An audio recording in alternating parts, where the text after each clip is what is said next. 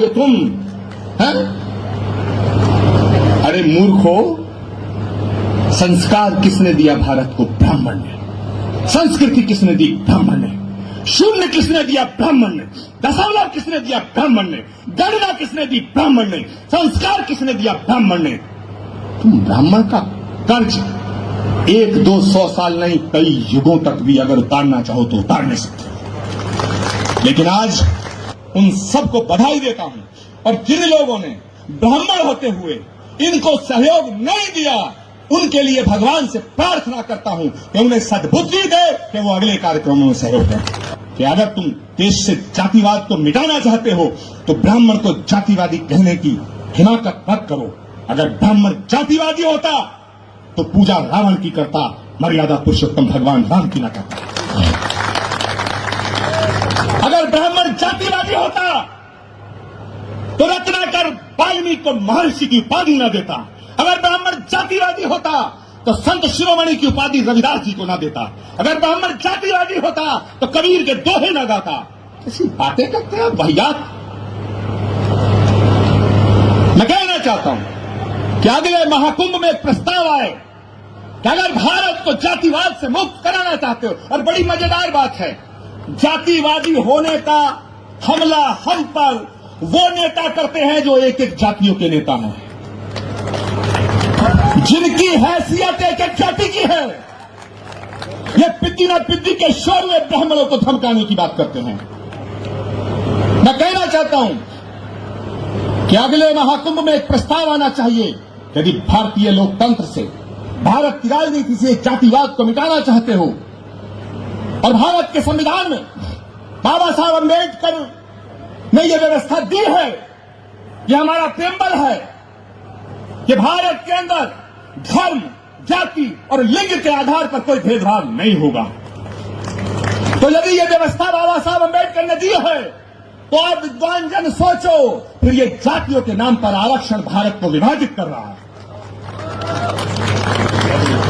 जो मेरे इस कथन से सहमत है, जरा हाथ खड़े करके मुझे। तो अगले महाकुंभ में यह प्रस्ताव आएगा कि भारत को जातिगत आरक्षण से मुक्त किया जाए, और दुनिया के अंदर अगर कोई जाति है तो 2 जाति है, एक अमीर है, एक गरीब है। अगर आरक्षण हो तो उसका आधार आर्थिक हो। 7 चीफ मिनिस्टर, 6 चीफ मिनिस्टर। आज पूरब से पश्चिम, उत्तर से दक्षिण हम देखते हैं, हमें नजर कोई आता ही नहीं।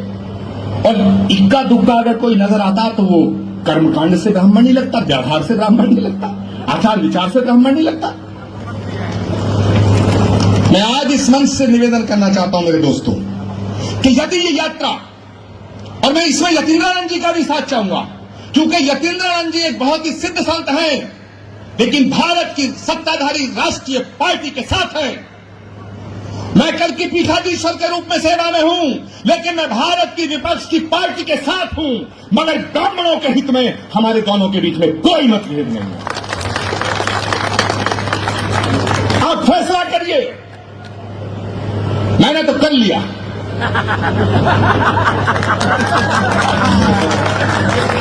मैंने तो कर लिया। मैंने कर लिया। और मैं बताना चाहता हूं कि जो हमारा हौसला है, हमारा जो जज्बा है, हमारा जो पराक्रम और पौरुष का इतिहास है, मैंने पहले भी कहा कि ब्राह्मण को समझाने की कोशिश करना, बहलाने की करना, फुसलाने की करना, बहकाने की करना, धमकाने की मत करना। मैं देश की तमाम हुकूमतों से कहना चाहता हूं, और वो जब मैं कह रहा हूं हुकूमतों से कहना चाहता हूं, तो उसमें वो हुकूमतें भी हैं जो हमारी पार्टी की हैं। मैं उन सब हुकूमतों से कहना चाहता हूं, वो हुकूमत भी है जो हम पे निशाना साधती है। मैं दोनों हुकूमतों से कहना चाहता हूं कि जज्बे शौक़े शहादत को क्या कीजिए, शहादत के शौक के जज्बे को क्या कहिए, कि जज्बे शौक़े शहादत को क्या कीजिए। आज हमने हथेली पे सर ले लिया, आज हमने हथेली पे सर ले लिया, और कत्ल होने से अब हम डरे किस लिए, कातिलों के मोहल्ले में घर ले लिया।